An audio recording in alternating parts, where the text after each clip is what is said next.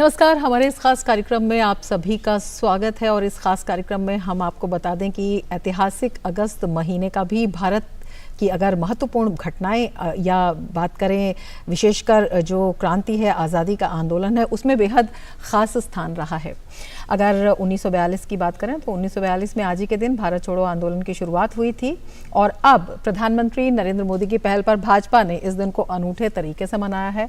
विपक्ष पर निशाना साधते हुए पीएम मोदी ने भ्रष्टाचार, वंशवाद, तुष्टीकरण, भारत छोड़ो का नारा दिया और इसी नारे को उन्होंने कहा कि देश में जन जन तक पहुंचाना है। इसी अभियान की, बीजेपी के इसी अभियान की हम बात करेंगे अपने इस खास कार्यक्रम में और हमारे साथ खास मेहमान भी इसमें जुड़ेंगे। लेकिन उससे पहले हम आपको बता देते हैं कि प्रधानमंत्री ने क्या कहा। प्रधानमंत्री नरेंद्र मोदी ने भारत छोड़ो आंदोलन में भाग लेने वाली सभी महान विभूतियों को आज श्रद्धांजलि अर्पित की और उन्होंने ट्वीट भी किया।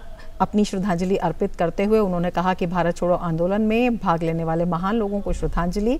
गांधी जी के नेतृत्व में इस आंदोलन ने भारत को औपनिवेशिक शासन से मुक्त कराने में प्रमुख भूमिका निभाई। आज भारत एक स्वर से कह रहा है, भ्रष्टाचार भारत छोड़ो, राजवंश भारत छोड़ो, तुष्टीकरण भारत छोड़ो। तो प्रधानमंत्री ने ट्वीट किया और जो श्रद्धांजलि दी वो प्रधानमंत्री ने अपने अनूठे अंदाज में दी और एक बड़ा नारा दिया। 9 अगस्त की तारीख भारत के सबसे बड़े आंदोलनों की साक्षी रही है। 9 अगस्त को ही पूज्य बापू के नेतृत्व में क्विट इंडिया मूवमेंट यानी इंडिया छोड़ो आंदोलन शुरू हुआ था। पूज्य बापू ने अंग्रेजों को साफ साफ कह दिया था, क्विट इंडिया। इसके कुछ ही समय बाद देश में ऐसा एक जागरण का माहौल बन गया, एक चेतना जग गई। आखिरकार अंग्रेजों को इंडिया छोड़ना ही पड़ा। आज हमें पूज्य बापू के आशीर्वाद से उसी इच्छा शक्ति को समय की मांग है, हमें आगे बढ़ाना ही है।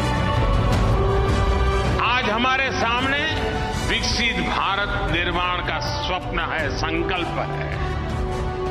इस संकल्प के सामने कुछ बुराइयां रोड़ा बनी हुई है। इसलिए आज भारत एक सुर में इन बुराइयों को कह रहा है, क्विट इंडिया।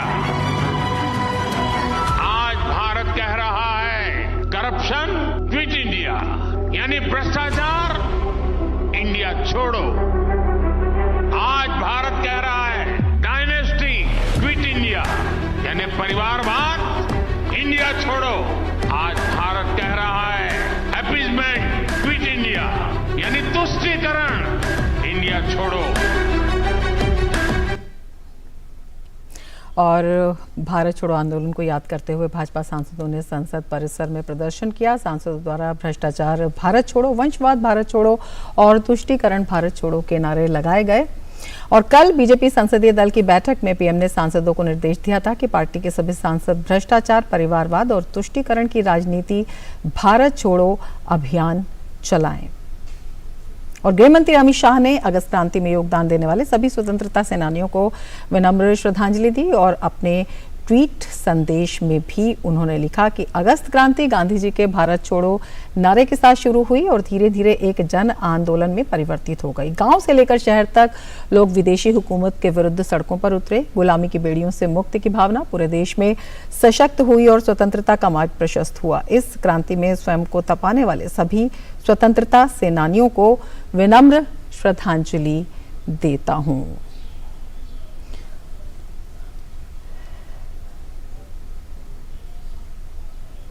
और भारत छोड़ो आंदोलन को याद करते हुए भाजपा सांसदों ने संसद परिसर में प्रदर्शन किया और इस मौके पर भाजपा सांसद निशिकांत दुबे ने कहा कि इन 75 सालों में कांग्रेस और उनके समर्थन वाली पार्टियों ने देश को 3 चीजें दी हैं जो देश को दीमक की तरह खा रही हैं। एक है वंशवाद, दूसरा भ्रष्टाचार और तीसरा है तुष्टीकरण।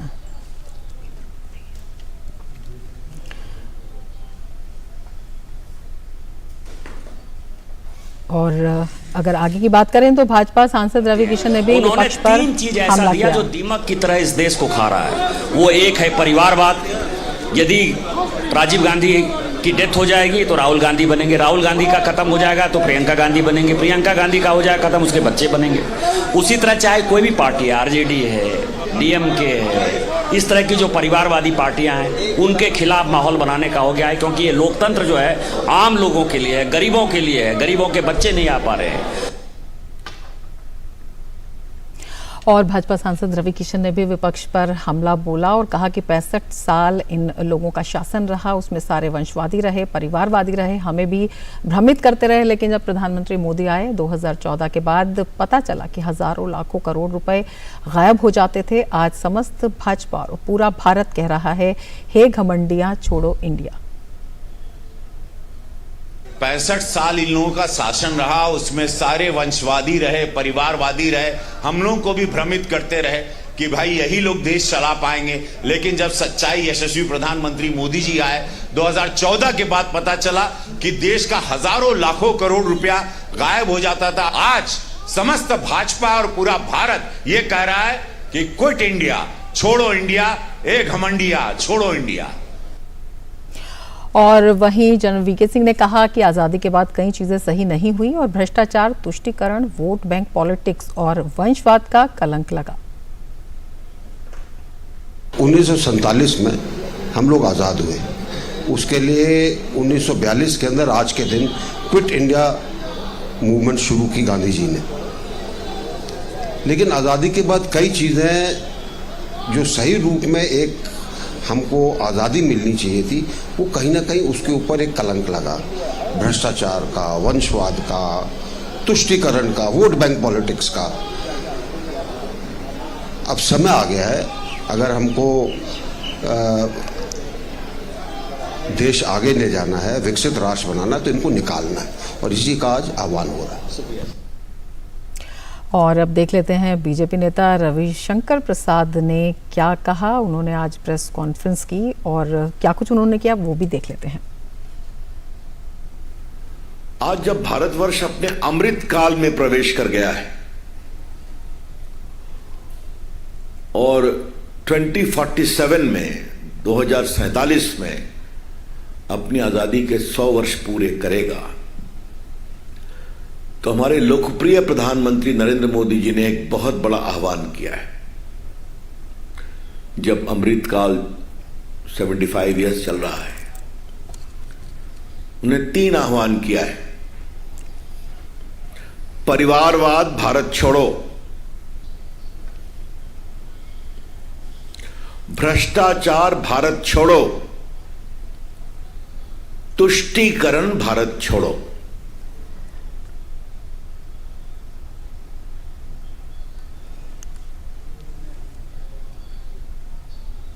इन तीनों अभिशाप को भारत छोड़ना पड़ेगा। अगर देश के लोग राजनीति में शुचिता लानी है तो इन तीनों अभिशाप को भारत छोड़ना पड़ेगा। तो बड़ा आंदोलन बीजेपी ने जो है वो चलाया है और एक ये बड़ा मूवमेंट है। क्या कुछ इसकी अहमियत है और किस तरह से ये प्रभावित कर रहा है वर्तमान समय को और आने वाले समय को भी प्रभावित करेगा, इसी पर हम चर्चा करेंगे। लेकिन उससे पहले ले लेते हैं एक ब्रेक। आप देखते रहिए डीडी न्यूज़। होंगे बच्चे स्वस्थ भले भूलेगा बचपन, इन्हें पिलाओ मुझे छुट्टी 500 बचपन।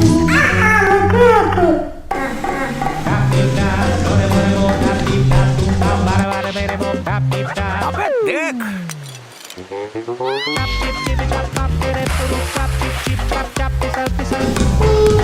अरे बेटा बच गए।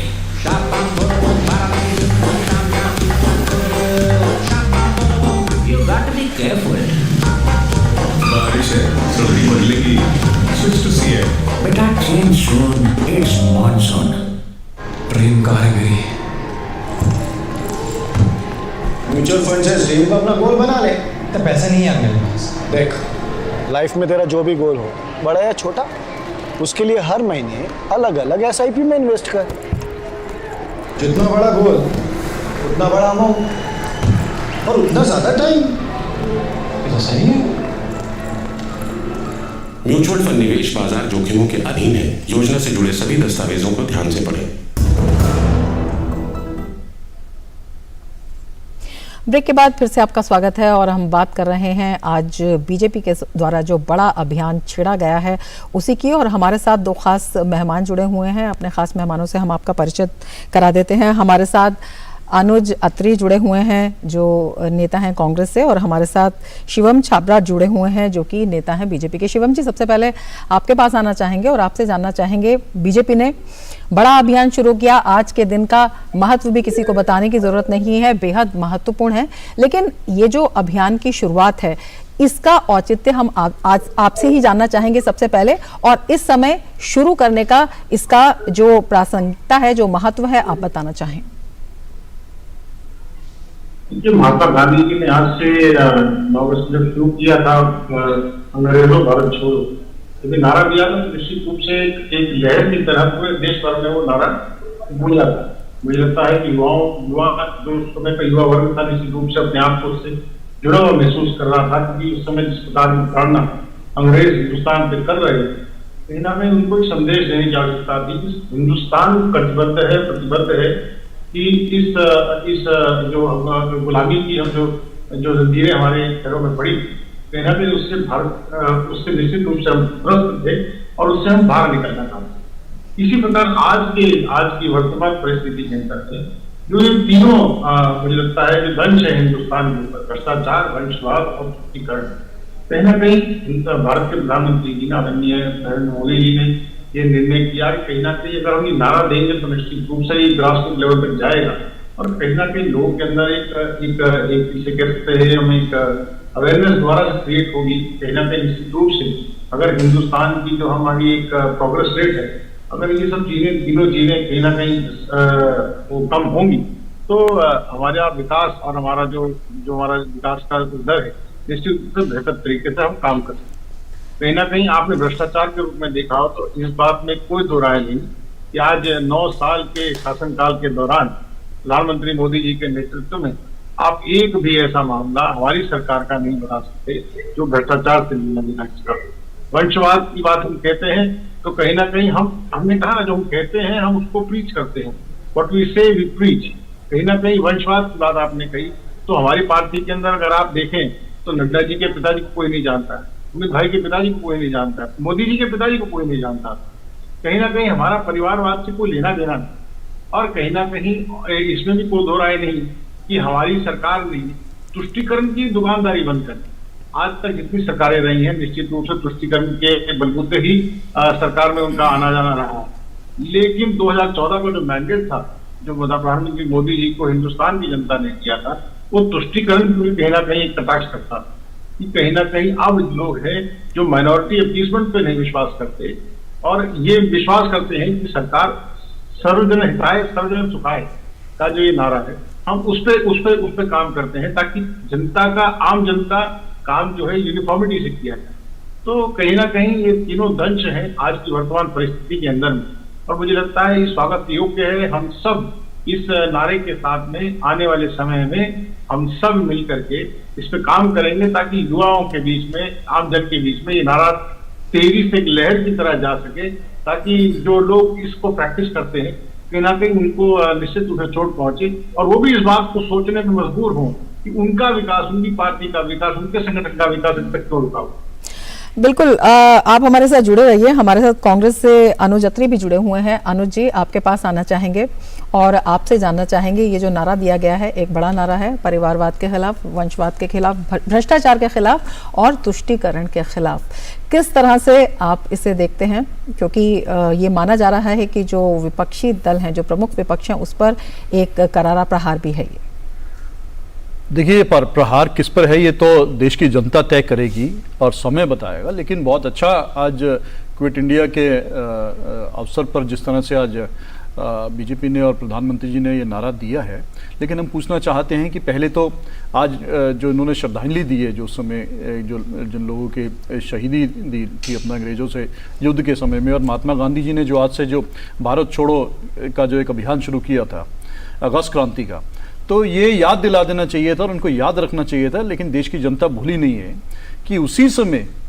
इनके जनसंघ के संस्थापक सावरकर साहब और श्यामा प्रसाद मुखर्जी जी ने अंग्रेजों को लिख करके कहा था और इसका क्विट इंडिया का जो है खिलाफत की थी और अंग्रेजों को चिट्ठी लिखी थी कि देखिए आपके खिलाफ ये इस तरह का षड्यंत्र होने जा रहा है, उसको षड्यंत्र बताया था और युवाओं को कहा था कि इसमें मूवमेंट में जुड़ना नहीं है, कांग्रेस का मूवमेंट है ये, इससे कि हमें इनके खिलाफत नहीं करनी है।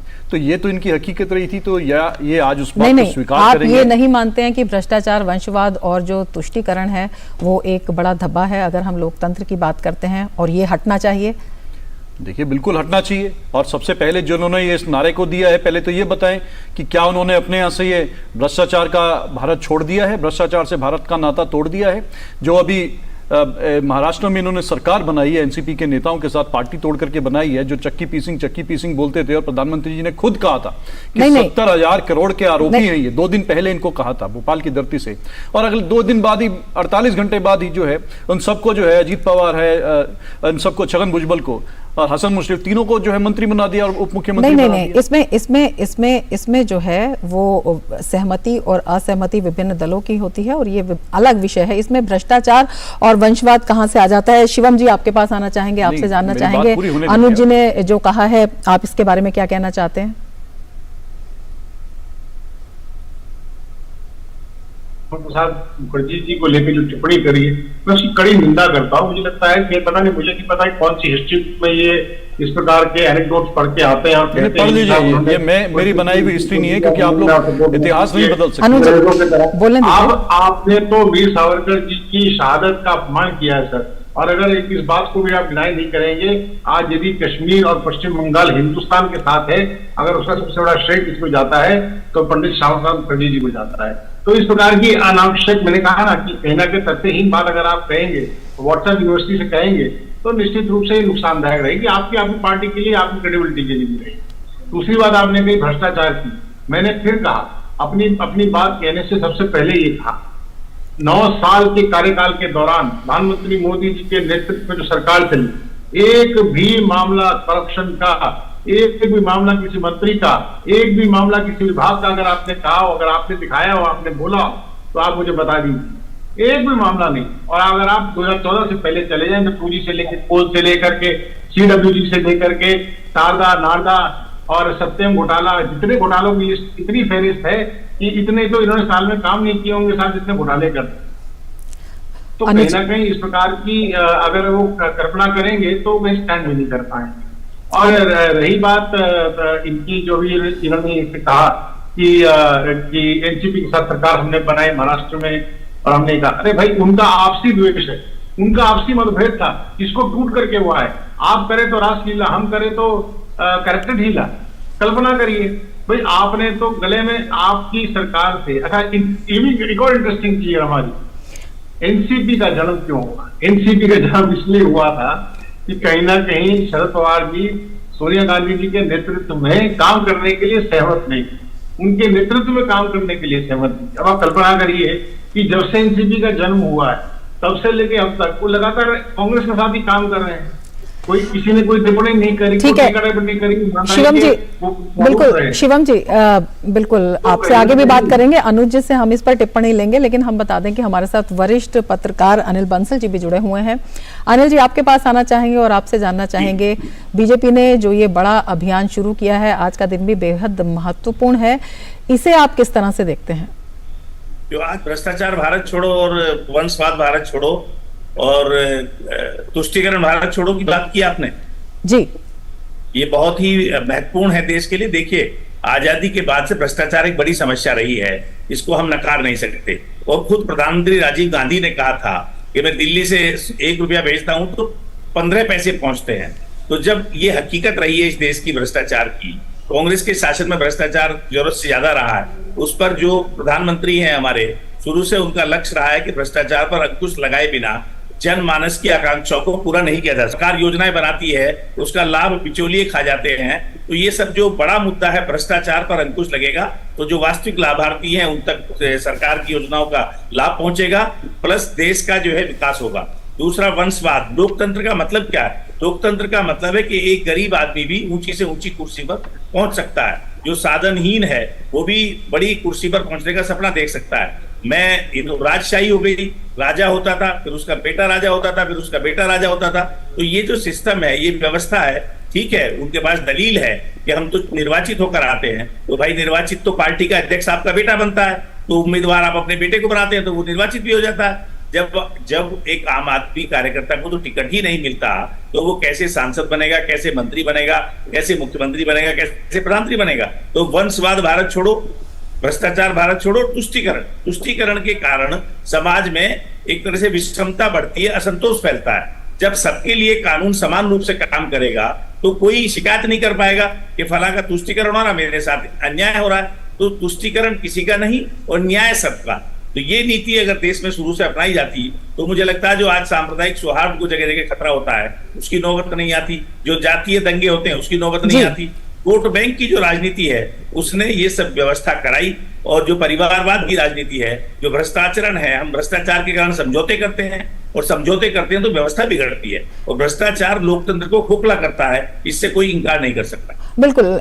बंसल जी, आपकी और भी टिप्पणी लेंगे। हम अनुज अत्री जी से एक सवाल ले लेते हैं। अत्री जी, आपने सुना कि शिवम जी ने क्या कहा, और जो अगर हम बात करते हैं इस नारे की, भ्रष्टाचार, वंशवाद, तुष्टीकरण, किसी को इसमें किसी भी तरह का संदेह नहीं है कि ये तीनों चीजें ही लोकतंत्र के लिए बहुत घातक हैं, और आप इस पर सियासत को ले आए। क्या कुछ कहना है आपका इस बारे में? देखिए, सियासत का प्रश्न नहीं है, प्रश्न ये है कि जिस तरह से नारा दिया गया है, तो अभी शिवम जी ने भी बोला है, इन्होंने दो बातें बोली कि एक तो हमारी सरकार में कोई भ्रष्टाचार के आरोप नहीं है, और पिछली सरकार के इन्होंने भ्रष्टाचार के आरोप गिनाए। तो मैं एक एक करके आ जाता हूँ। देखिए, आपकी सरकार पे इतना बड़ा, सदी का सबसे बड़ा आरोप लगा, जिसपे आपने सदन में चर्चा नहीं कराई, पूरा पार्लियामेंट के इंडिया के दल जो हैं उस पर जेपीसी की मांग करते रहे, लेकिन आपने संसद की कार्रवाई ठप करा के सांसदों को बाहर निकाल दिया, लेकिन अडानी मुद्दे पर एक तक नहीं बोला।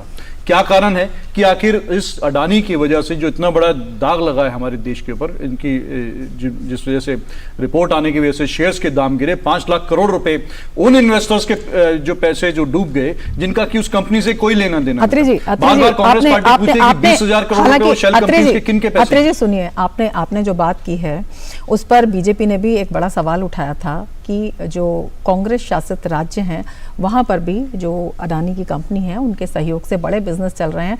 इसका क्या जवाब है? हालांकि इस बात पर हम ज्यादा स्पष्टीकरण शिवम जी से लेना चाहेंगे। शिवम जी बताएं। देखिए, मुझे लगता है आप बोलने नहीं देंगे मेरे को, सवाल मेरा बिल्कुल आपको बोलने दिया है। आपने जो बात कही है वो शिवम जी से हम जवाब लेने जाते हैं। आपकी बात भी लेंगे। शिवम जी, आप क्या कहना चाहते हैं इस पर? मैंने तो क्या कहना है, लगातार सदन के पटल पर फाइनेंस मिनिस्टर अपना वक्तव्य दे चुकी और बहुत इलेबोरेटिवली दे चुकी।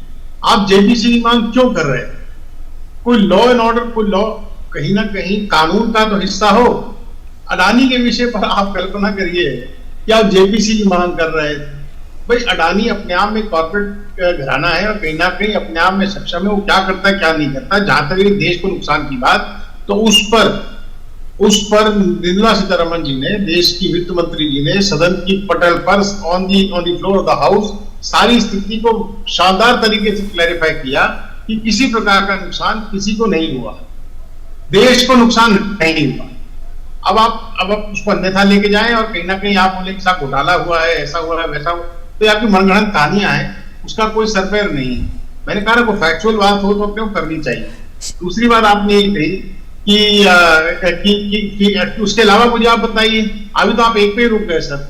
नहीं, मैं नहीं रुका, मुझे रोक दिया गया। मेरी बात नहीं, अच्छा आप कहिए, समय सीमित है, बहुत शॉर्ट में कहिए, बहुत शॉर्ट में। जो उन्होंने कांग्रेस के ऊपर आरोप लगाया यूपीए सरकार पे, 2G घोटाले हुए, ये घोटाले हुए। देखिए, 2G घोटाले में तो कांग्रेस की सरकार थी, डॉक्टर मनमोहन सिंह थे, जिन्होंने हिम्मत दिखाई, अगर आरोप भी लगे तो अपने मंत्री के ऊपर FIR करवाई और उनको जेल भेजा। लेकिन आपकी ही सरकार ने 2G घोटाले में कह दिया कि कोई घोटाला नहीं हुआ। जज 8 साल तक कहते हैं, मैं इंतजार करता रहा कि मेरे पास सबूत लेके आइए, कोई ये सरकार सबूत नहीं पेश कर पाई। अनुज जी, समय हमारे पास सीमित है। एक टिप्पणी हम बंसल जी की भी ले लेते हैं। बंसल जी, जिस तरह से आपने स्टेटमेंट देखा अनुज जी का भी और शिवम जी का भी, और जो थीम है, जो आज के आंदोलन की थीम है, उससे किस तरह से आप इसको रिलेट करते हैं और देखते हैं कि कितना इंपॉर्टेंट है और इस पर कितनी सियासत होनी चाहिए? देखिए, जो आरोप प्रत्यारोप की बात है, मैं उस पर कोई आपत्ति नहीं करूंगा। विपक्ष का काम है आरोप लगाना, शिकायत करना, हल्ला करना और व्यवस्था का विरोध करना, उस पर मुझे शिकायत नहीं है। लेकिन जो मुद्दे हैं 3, अगर आप उसकी बात करेंगे तो भ्रष्टाचार से कांग्रेस को या इंडिया में सहयोगी दल हैं उनको भी आपत्ति नहीं हो सकती और होनी भी नहीं चाहिए किसी को। तो वंशवाद और भ्रष्टाचार, बिल्कुल बिल्कुल बेहद अहम बात आपने कही है। इस पर लंबी चर्चा हो सकती है, लेकिन समय बहुत कम है। भ्रष्टाचार, वंशवाद, तुष्टीकरण, जो कि लोकतंत्र के लिए बहुत ही बड़ा, जिसे कह सकते हैं कि धब्बा भी कह सकते हैं, घातक भी है और विकास की प्रक्रिया में एक बड़ा रोड़ा भी है। इस पर किसी को आपत्ति नहीं होना चाहिए। सियासी गुणागणत, सियासी स्टेटमेंट अपनी अलग बात हो सकती है। इसी के साथ ही हम अपने सभी मेहमानों का शुक्रिया अदा करना चाहेंगे इस कार्यक्रम में भाग लेने के लिए और लेना चाहेंगे आपसे इजाजत। नमस्कार।